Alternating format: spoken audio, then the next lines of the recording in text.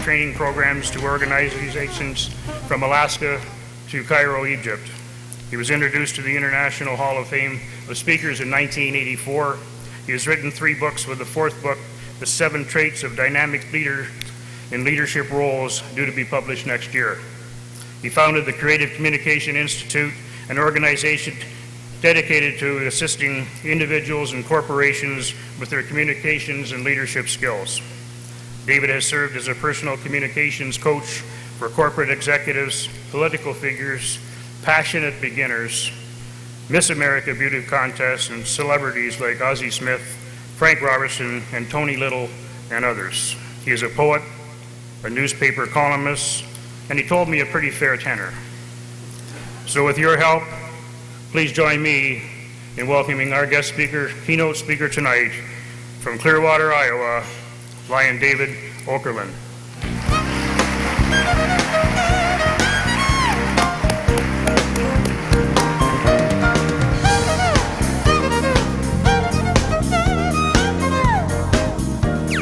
Good evening, everybody. You have to know that a speaker is affected by a number of things when they arrive at a group like this. Most of them are good, most of them are exciting, most of them are exhilarating. Sometimes some things happen that throw you a little off key. I won't use her name, but she's better known as the energizing bunny of your president, who said this afternoon, "I wish you luck tonight, David, because I spoke to a group today and I told them a lot of jokes and nobody laughed." She said, but keep in mind how people will respond to you tonight will determine whether they come to your leadership seminar tomorrow morning. So I'm dealing with that stress. And then I watch Al and Terry come dancing up here on stage. I'll bet they regret that after what they just watched. Now, you know, when you speak to 2,500 different audiences, and I look back, one of the most perilous ones I've ever, engagements I've had was, I was speaking to a veterans organization in Phoenix. And the man who was there, who was one of my idols, was Bob Hope. And he was there to get an award from all the service that he had done for military personnel over the history of his life. All he was supposed to do was to come out and receive a plaque and say thank you, and then move off the stage to present myself to do the keynote. But being the generous, kind man that he was, he decided to give them 15 minutes of his best stick. Walks off the stage, off the curtain, and pats me on the back and said, "David, I got them warmed up, you go and get them." But tonight, I have a new one. Wasn't that an incredible display of oh. There was so much pride, so much beauty, so much artistry, and so much dignity in the Saskatoon, the native dancers. It was a program I will never forget, and I hope you never forget as well. One of the things we often wonder about when we're looking out at an audience, I mean, I don't know how many, about 3,000, 2,500 here tonight. You know, we wonder what we can say about ourselves that will let an audience know that we're okay, that we're worth listening to. And I thought about that for a long time. And to let you know who I am, I think of 2 things. One of them is a poem I wrote a number of years ago. I was out in Bakersfield, California to do a Chamber of Commerce and Ag banquet. And the chairman of the group said, "David, I don't want to use a typical introduction for you. What I would like you to do, because I know you write poetry, would you write a poem that would explain to our audience who you are?" I said, "I love a challenge. I love change." I said, "Well, you know, I've never done that before, but you know, let me play around with it." And I got out there, and there were about 15,000 people. And the chairperson got up and said, "I want to introduce our speaker today, David Okerlund, by a poem that he wrote about himself that's entitled, 'For Both Heroes and Nerds.'" Yeah, and it goes this way. "I'm a little bit better than yesterday, and I plan to be a little bit better tomorrow. And I'll manage it all whether I stumble or fall, despite the disappointments, heartaches, and sorrow. For you see, I'm not perfect. And quite frankly, I don't want to be. Because if perfect came due with each rendezvous, who could stand living with me? So I've learned to laugh at my failures and to be modest with every success. And when I screw up, hey, people, I just empty the cup. Because who really needs all that stress? Oh, I still strive for improvement, and a challenge is something I adore, but not every seed produces a crop, and not every failure produces a flop.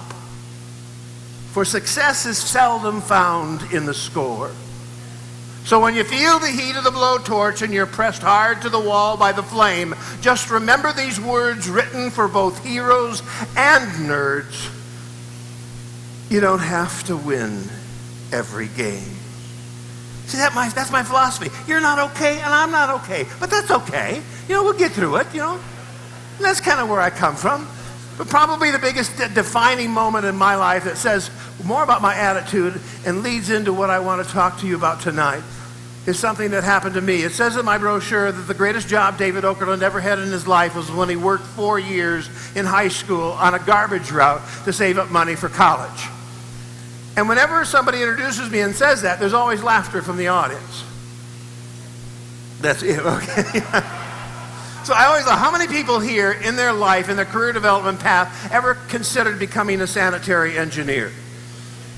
Not many people do, okay? All right, I've only had one hand ever go up, and that was a son of a garbage collector, and he knew how much his father made collecting garbage. That's why he wanted to go into the business. But it's the most despised job in America. It had one of the highest death rates next to mining. Nobody wanted to work it.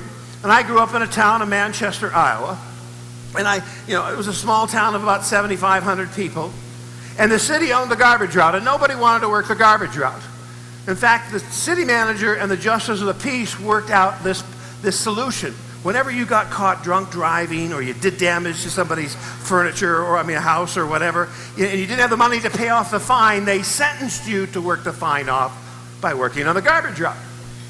So consequently, you could hear the men before you saw the truck. They're gritching and bitching and growling. They don't want to be there. They're hating every moment. If you had a brand new can, I'll guarantee you they had that sucker dented in the first month. I'd see them hold that in there and go boom, boom, boom, boom, boom, and crush it. They take a brand new lid and swish saucer it into the bushes where you couldn't find it till you rake the leaves in the fall. Just putting in their time, hating every moment of it. But it was 1959. I was going to be a freshman in high school. My brother was going to be a senior. We're looking for a summer job. And other than baling some hay on Grandpa's farm or putting in some drainage tile, there weren't many jobs for high school kids back then. And one Saturday morning, we're in the front drive and we're shooting some hoops, and all of a sudden we heard the garbage men. And my brother and I both turned and we looked down there, and we couldn't figure out what the problem was. Why were they so unhappy? They got to work outside. They were men of steel dumping all those cans. It was all you could eat free. What was the problem? Let me tell you, some people throw away some really good stuff. And all of a sudden, it was like a bolt of lightning. My brother and I looked at each other, and we wondered if the city would let high school kids run the garbage route. We thought, wow, what a great thing. I could stay in shape for football. My brother could stay in shape for wrestling. So we jumped in the car. We followed the truck for about 10 minutes. My brother had a chauffeur's license, no problem. So we talked to a couple of the other wrestlers and one of the football players and got them on board. That next Monday morning, we went in to see the city manager, just as bold as brass. We said, we want to run the garbage route. We'll do it faster than it's ever been done before. We won't dent any cans. In fact, we think we've come up with a method of straightening out those that are already dented. Yeah, we did. We just gave them a quarter turn and smashed them on the other side and brought them back. It was like we hit him in the head with a brick.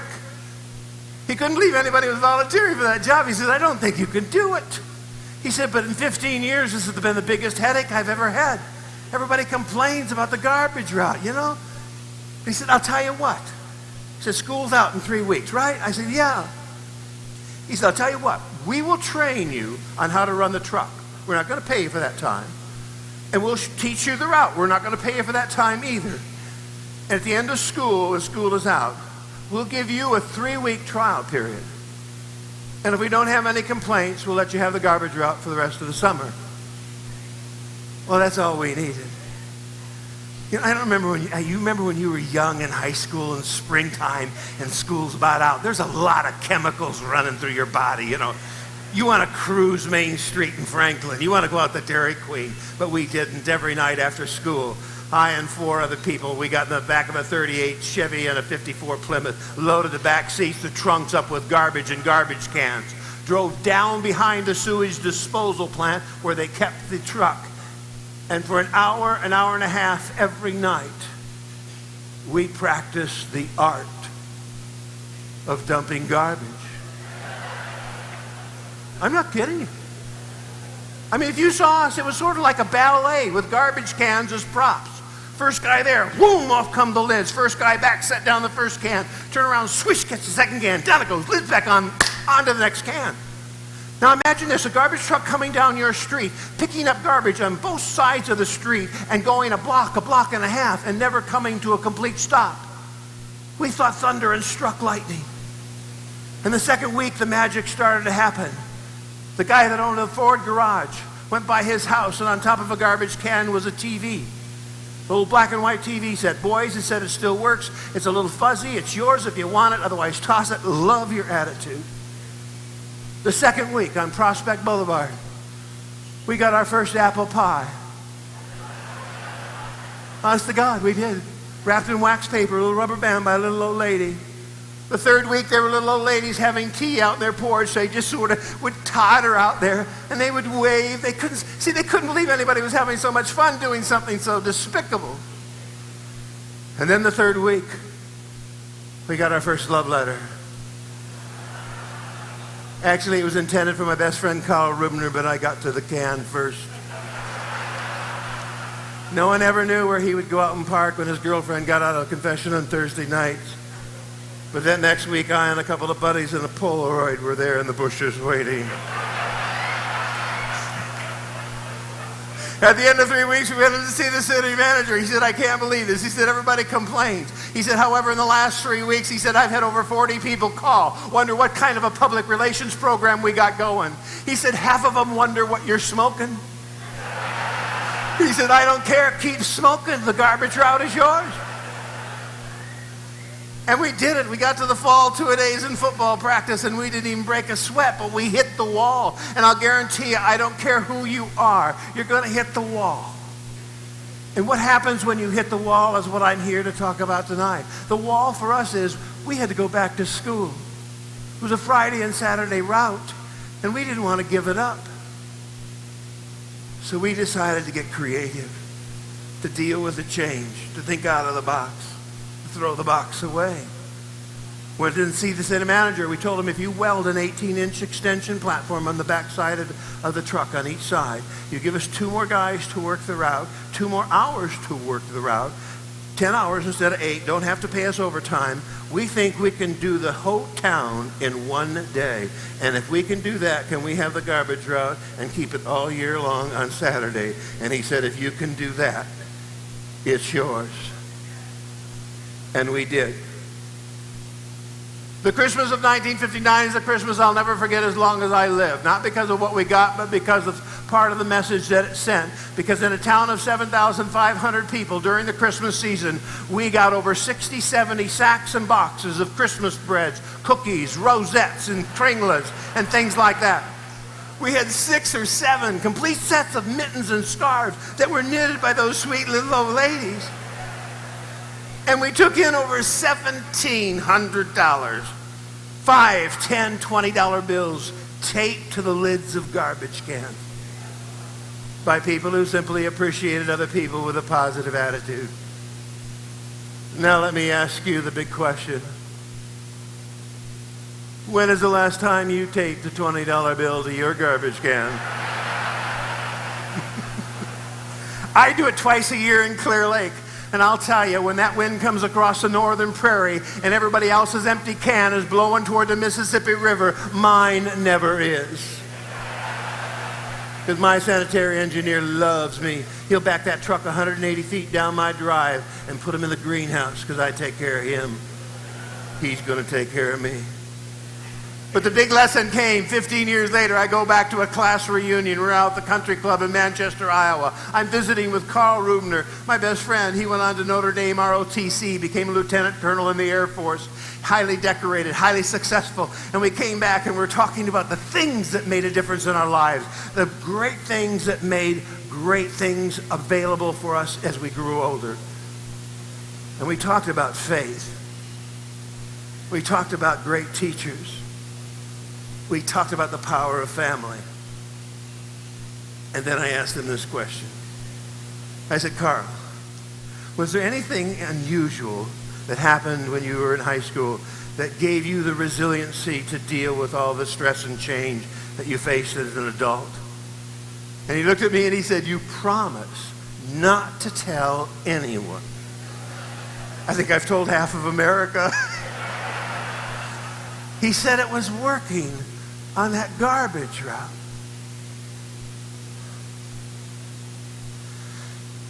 That's when I looked at him and I said, hallelujah. Because that's the time in my life when I learned one of the greatest lessons I've ever learned. And that's this. It's not what I'm doing in life that gives me my dignity. It's the attitude I bring to what I'm doing that gives me my self-esteem.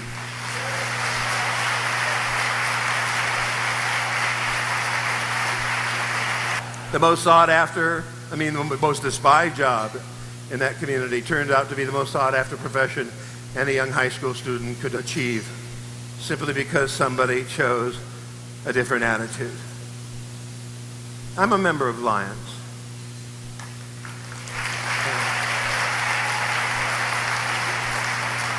I'm not the member I should be. But the forum has already had an effect on me. And I'm going to go home and try to be a much better Lion member in the future.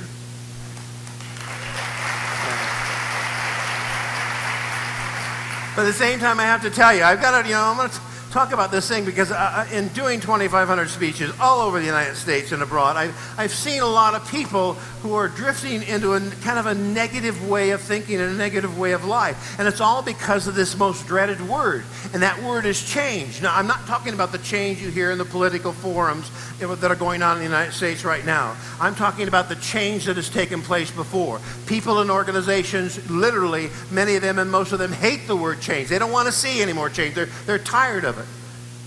And I keep telling them, you better get used to it because, change used to be an evolution.